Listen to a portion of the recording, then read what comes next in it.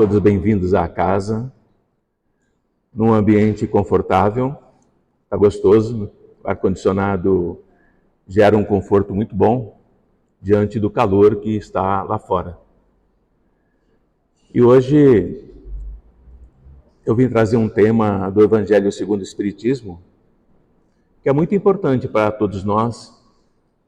Quando nós lemos no Evangelho, fica um pouco difícil de compreender o que a espiritualidade está querendo dizer. Porque o título dessa passagem chama-se O Dever. Mas se nós traduzirmos dever por obrigações, fica mais fácil.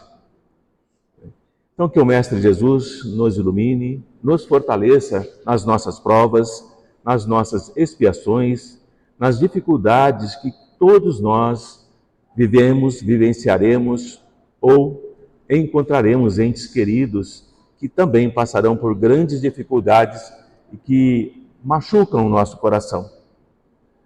Mas a oportunidade de aprendermos com a própria dor, com o próprio sofrimento, é uma oportunidade única, porque muitos confundem o sofrimento e a dor como um castigo divino.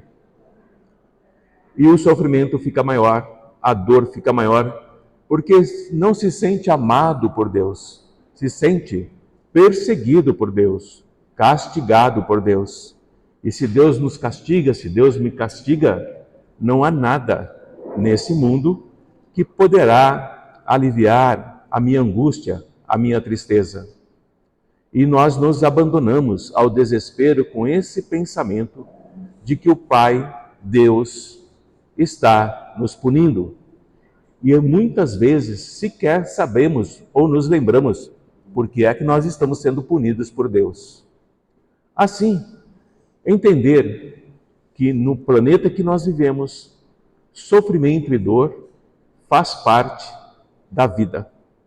Seja qualquer momento em que ele possa acontecer. Mas olhar para esse sofrimento, para essa dor, para essa angústia, para essa tristeza, hoje em dia chamam depressão, esquizofrenia. Olhar para essas mazelas da alma e da mente, sem a esperança do amor do Pai, é realmente desesperador. É nos atirarmos ao que Jesus nos fala, ao Geena, onde haverá o fogo eterno. Compreender o dever que nós temos, as obrigações que nós temos como encarnados, é muito importante. Não no sentido de nós cumprirmos as nossas obrigações com medo de Deus, ou porque vamos ser punidos, ou porque se nós não o fizermos, nós espíritas acreditamos que seremos julgados ao umbral mais profundo e de lá sairemos somente quando o perdão divino chegar até nós. E Jesus nos fala que não é isso. Jesus fala que não é dessa forma. Basta entendermos o que o Pai nos pede. Assim sendo, o dever é uma obrigação moral. Quando nós temos o conhecimento do que é ser uma pessoa com uma moral ilibada, elevada, nós sabemos que temos que cumprir determinadas responsabilidades. Essas responsabilidades, primeiro para conosco mesmo, depois para com os outros. Quais responsabilidades eu tenho para comigo? Primeiro, entender que eu sou um espírito encarnado, que o corpo que eu ocupo é um empréstimo divino e que eu devo cuidar dele. Da melhor forma que eu entender como é cuidar. Porque quando eu deixar esse corpo, de acordo com a maneira como eu cuidei dele ao longo da minha vida, a minha obrigação para cuidar do meu corpo, determina o que eu aprendi, como eu aprendi, o quanto eu melhorei, o quanto eu descobri e o quanto eu me tornei mais solidário com as pessoas. Então, o primeiro dever é para conosco, depois para com os outros. Enquanto nós não olharmos para nós e cuidarmos de nós como dever nosso, nós estaremos sempre trabalhando de uma forma equivocada. Existe um exemplo muito interessante que foi colocada em prática durante a libertação da Índia, que era colonizada pela Inglaterra, é o exemplo de Gandhi. Gandhi, aquele que libertou a Índia sem dar um único disparo, sem matar nenhum inglês, libertou a Índia. Quais eram os princípios de Gandhi como dever para todos os indianos? Quais eram as obrigações que os indianos deveriam fazer para se libertarem? Os 4 princípios da não violência. Quais são esses 4 princípios da não violência? Não praticar o mal, não pensar mal, não falar mal e não desejar mal. São 4 princípios que nós devemos colocar em nosso coração, porque eles farão com que nós assumamos obrigações de bondade, de mansuetude, de respeito ao próximo. Com esses 4 princípios, Gandhi liberta a Índia. Por quê? Porque os ingleses, diante desse aparente conformismo dos indianos, enchiam as prisões de prisioneiros e não tinham mais onde colocar prisioneiros. Consequentemente, eles não tiveram outra alternativa a não ser libertar a Índia da colonização, sem que um único inglês fosse violentado, assassinado pelos indianos, porque era o que eles esperavam. E assim nós podemos olhar que quando nós agimos com violência para conosco e para com o próximo, geramos violência em relação a nós mesmos. O dever, consequentemente, é uma responsabilidade, é a lei da vida. Se nós entendemos como as responsabilidades que o Mestre Jesus nos ensina, nós estamos cumprindo com a lei da vida. E nós vamos encontrar essas responsabilidades do dever nos mínimos detalhes do nosso cotidiano, do nosso dia a dia, como também nas nossas atitudes mais elevadas. Tudo que nós fizermos, tudo que nós pensarmos, tudo que nós falarmos, reflete em nós e reflete também naqueles que estão ao nosso entorno.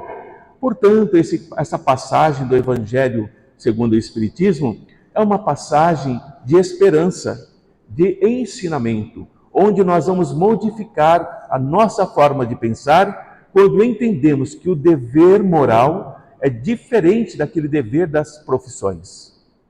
É diferente nós entendemos que as nossas responsabilidades vão acontecer na ordem dos nossos sentimentos. O que eu sinto, como eu penso, como eu medito, como eu vou agir em relação às pessoas. E por isso que o dever, as nossas responsabilidades, e vocês vão concordar comigo, é muito difícil de nós cumprirmos. Nós nos propomos a tantas coisas de responsabilidades, mas é quase certo que não conseguiremos realizá-las como nós gostaríamos. Começamos, avançamos, mas raramente nós terminamos. Por que isso? Porque nós vivemos em conflitos. Nós temos conflitos todos os dias. Todos os dias nós somos seduzidos por coisas. Todos os dias nós acordamos e existem dezenas de coisas tentando nos seduzir, tentando nos conquistar, mas são coisas que não interessam ao nosso coração. Interessam à nossa vaidade. Interessam àquilo que nós queremos conquistar como algo muito importante. Portanto, o melhor celular que saiu e o meu não tem nem um mês. Portanto, o melhor tênis que custa R$7.000. Portanto, a melhor roupa que eu já tenho em excesso no meu guarda-roupa, mas eu preciso de outra. Essas seduções entram em conflito com o nosso coração. E nós, ao meditarmos sobre isso, percebemos que comumente a vitória é sempre das coisas materiais. Nós acabamos por ceder, esquecendo das nossas responsabilidades conosco mesmo, esquecendo da nossa possibilidade de nos tornarmos testemunhas e não sofremos nenhum tipo de repressão, porque o sofrimento é interno, nós sofremos internamente, ninguém percebe isso. a não ser nós mesmos. Quando nós estamos muito tristes, muito amargurados, muito magoados, muito angustiados, e às vezes nós não conseguimos determinar de onde vem essa angústia, esse sofrimento, essa dor de alma, precisamos parar. O quanto é que eu estou responsável por mim mesmo? O quanto eu estou me perdendo, me confundindo nas coisas loucas do dia a dia? É isso que afeta a nossa forma de pensar. É isso que nos desgasta, é isso que nos cansa, é isso que nos tira o sono, é isso que nos impede de repousarmos em serenidade, porque nós não olhamos com responsabilidade para o nosso espírito, a nossa alma, essa alma que está nesse corpo e que é o maior tesouro que nós carregamos. A responsabilidade por esse tesouro é nossa. Quando nós desencarnamos, quando nós partirmos, imaginem, partimos com uma tristeza enorme, uma angústia, um desespero, uma solidão de alma. Como estaremos do outro lado? Como nós nos colocaremos? É preciso entender, portanto, a importância desse dever que o Mestre nos fala.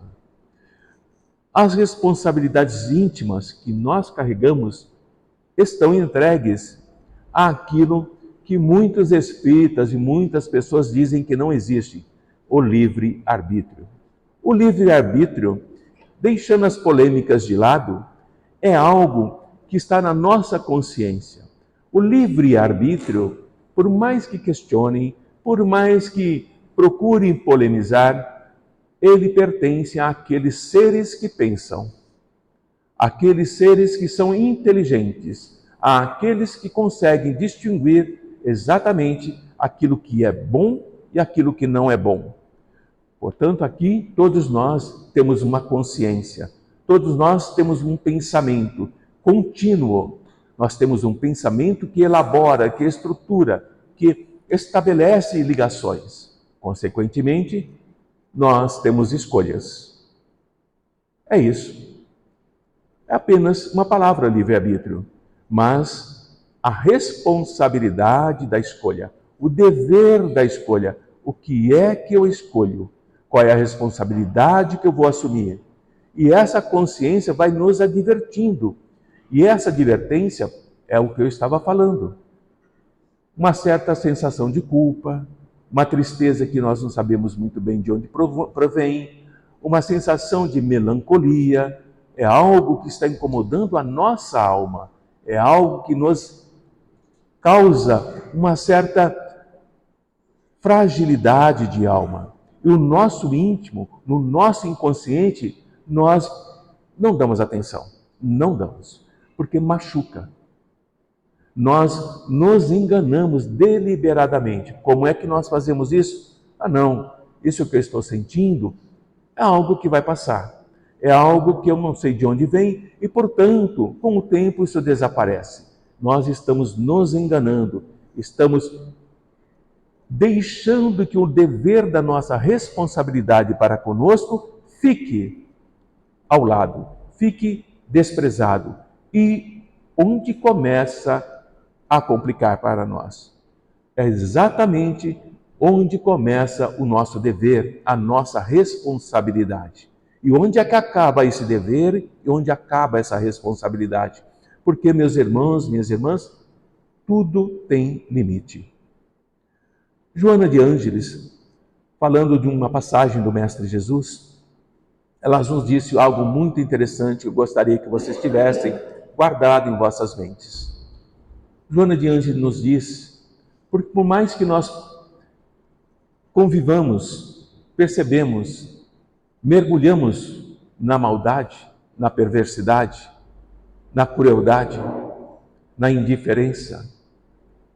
Todos esses que eu acabei de falar, filhos do mal, Joana diz, o mal tem limites.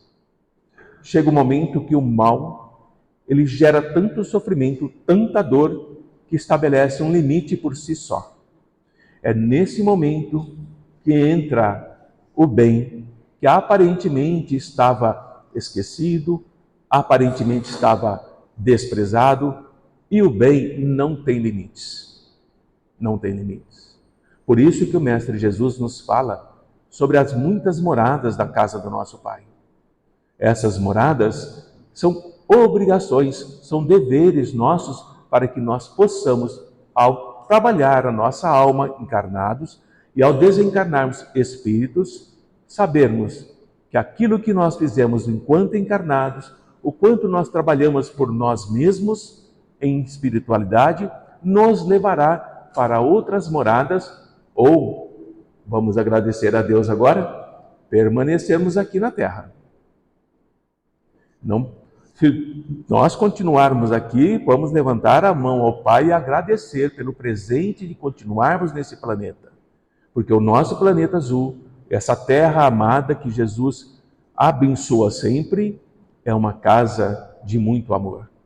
E aqueles que não são mansos, aqueles que não são bondosos, está lá na palavra de Jesus, os mansos e os pacíficos herdarão a terra. E aqueles que não são mansos, aqueles que não são pacíficos, terão sim que deixar a terra.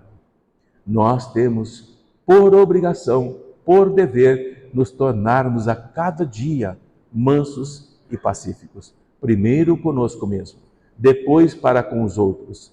E é exatamente aí que o dever começa, quando nós não ameaçamos a felicidade do outro. A nossa responsabilidade é não ameaçar a felicidade do outro, é não tirar a tranquilidade do outro.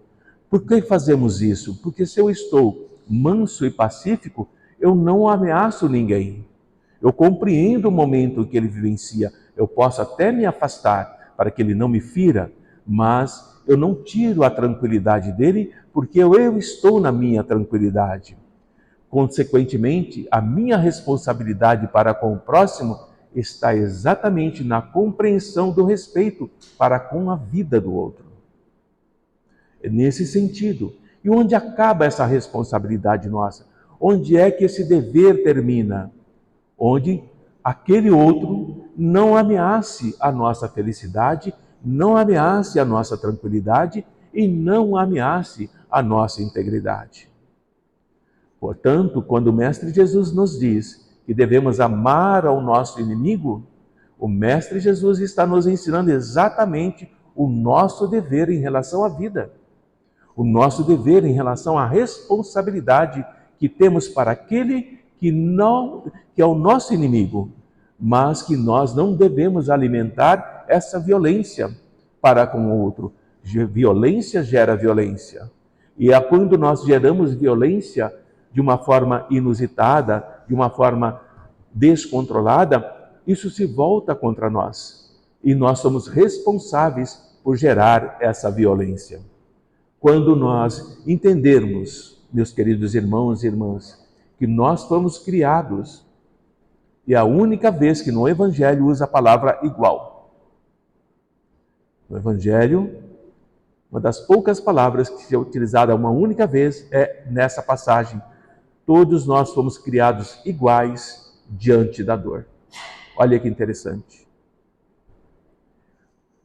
Mesmo se nós formos pequenos, se nós formos grandes em termos de poder, de riqueza, ou não temos nada, somos miseráveis, a dor é a mesma para todos. É a mesma. Não importa se somos ignorantes ou instruídos, a dor é a mesma para todos. Todos nós sofremos pelos mesmos motivos.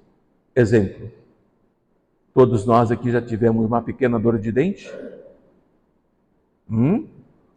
Claro que sim, principalmente os mais antigos, que não tinham os recursos de hoje. Dor de dente, meus irmãos e minhas irmãs, é a mesma coisa para todo mundo. É a mesma coisa. Quando nós entendermos que somos criados iguais diante da dor, nós compreendemos a equanimidade do Pai. E como entendemos isso? Que o Pai faz chover sobre justos e injustos. Não há separação. É nesse momento em que nós começamos a perceber que a dor, o sofrimento, tem uma finalidade interessante. É avaliar o mal que nós podemos fazer ao outro. Porque a dor que eu sinto é a dor que o outro sente. E se eu conheço a dor, eu sei o que eu estou provocando no outro. Mas se eu não conheço a dor, eu não me importo com o outro.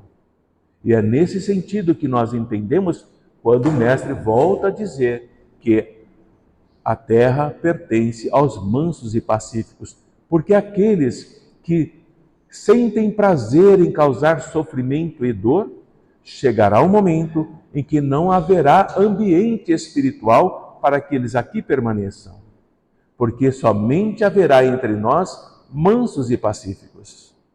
Aqueles que se ajudam mutuamente por responsabilidade mútua, aquele que se ajusta e se ajuda mutuamente pelo amor e pela mansuetude do coração de cada um.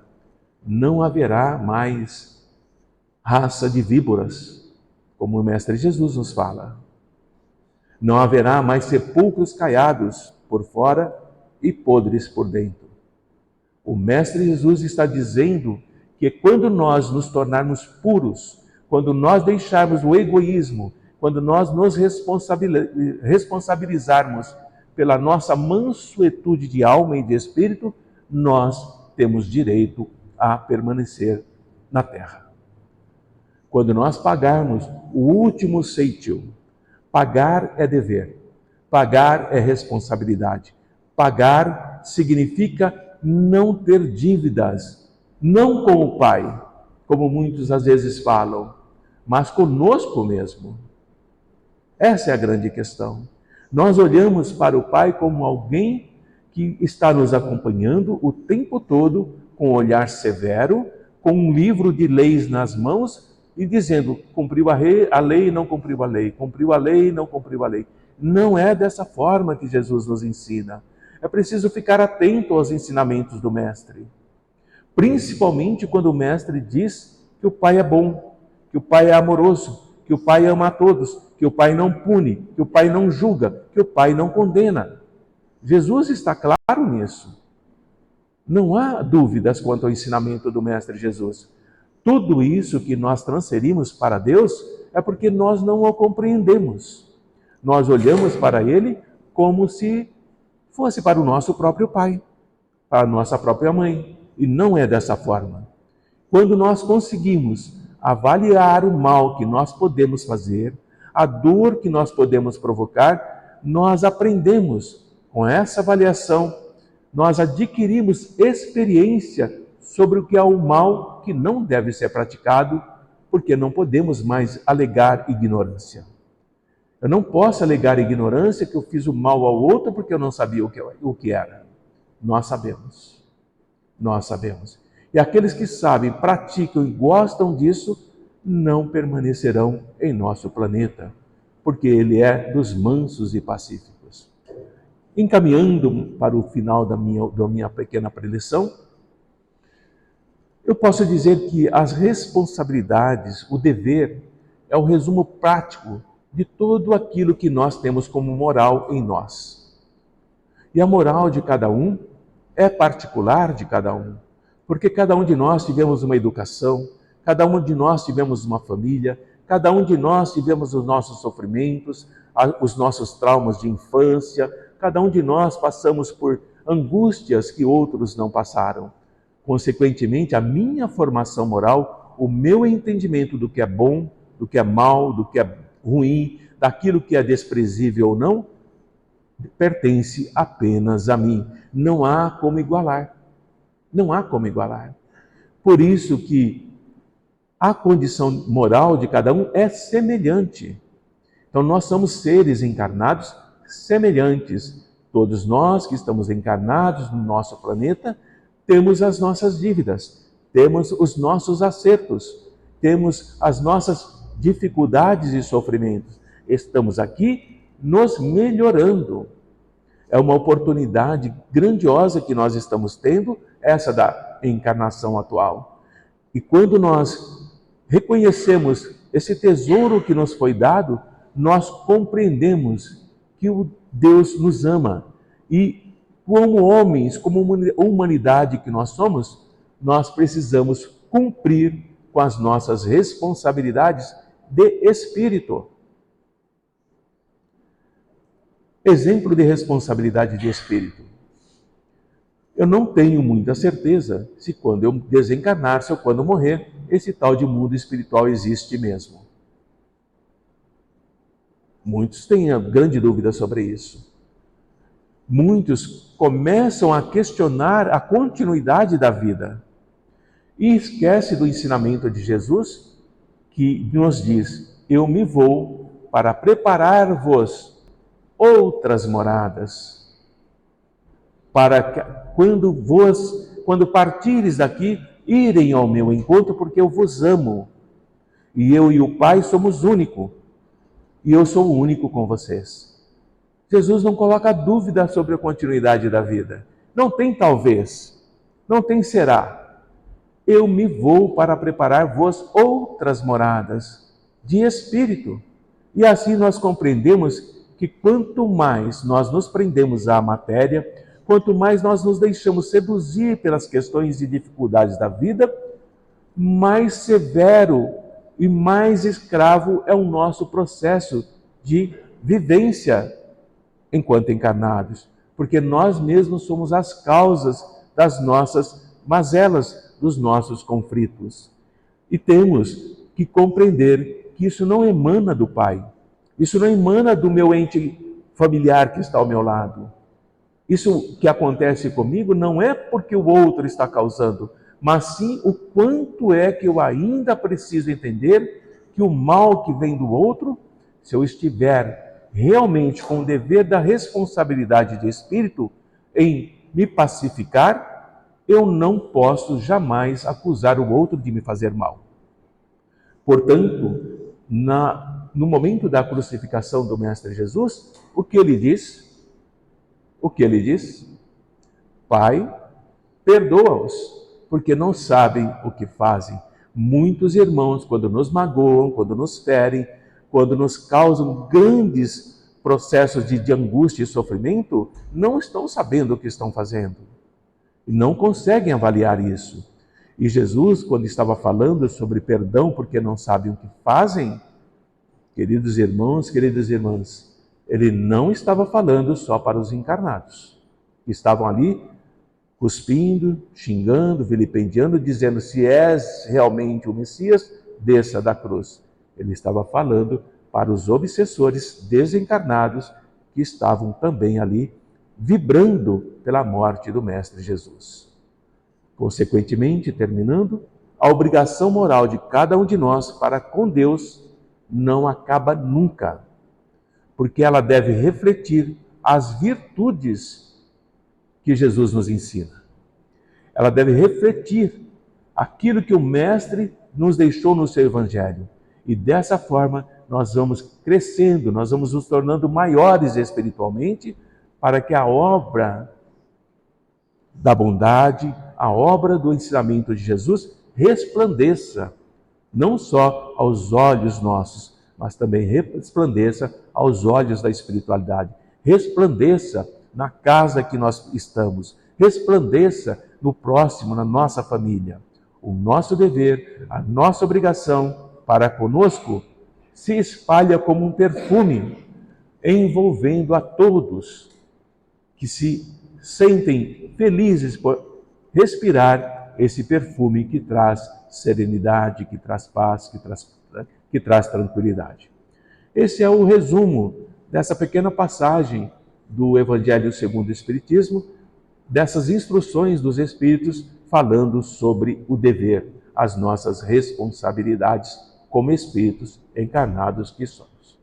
Que a luz e a paz do Mestre estejam com todos nós e que o coração que carregamos nesse instante se ilumine na casa em que nós estamos reunidos em nome do Mestre Jesus. Muita paz a todos.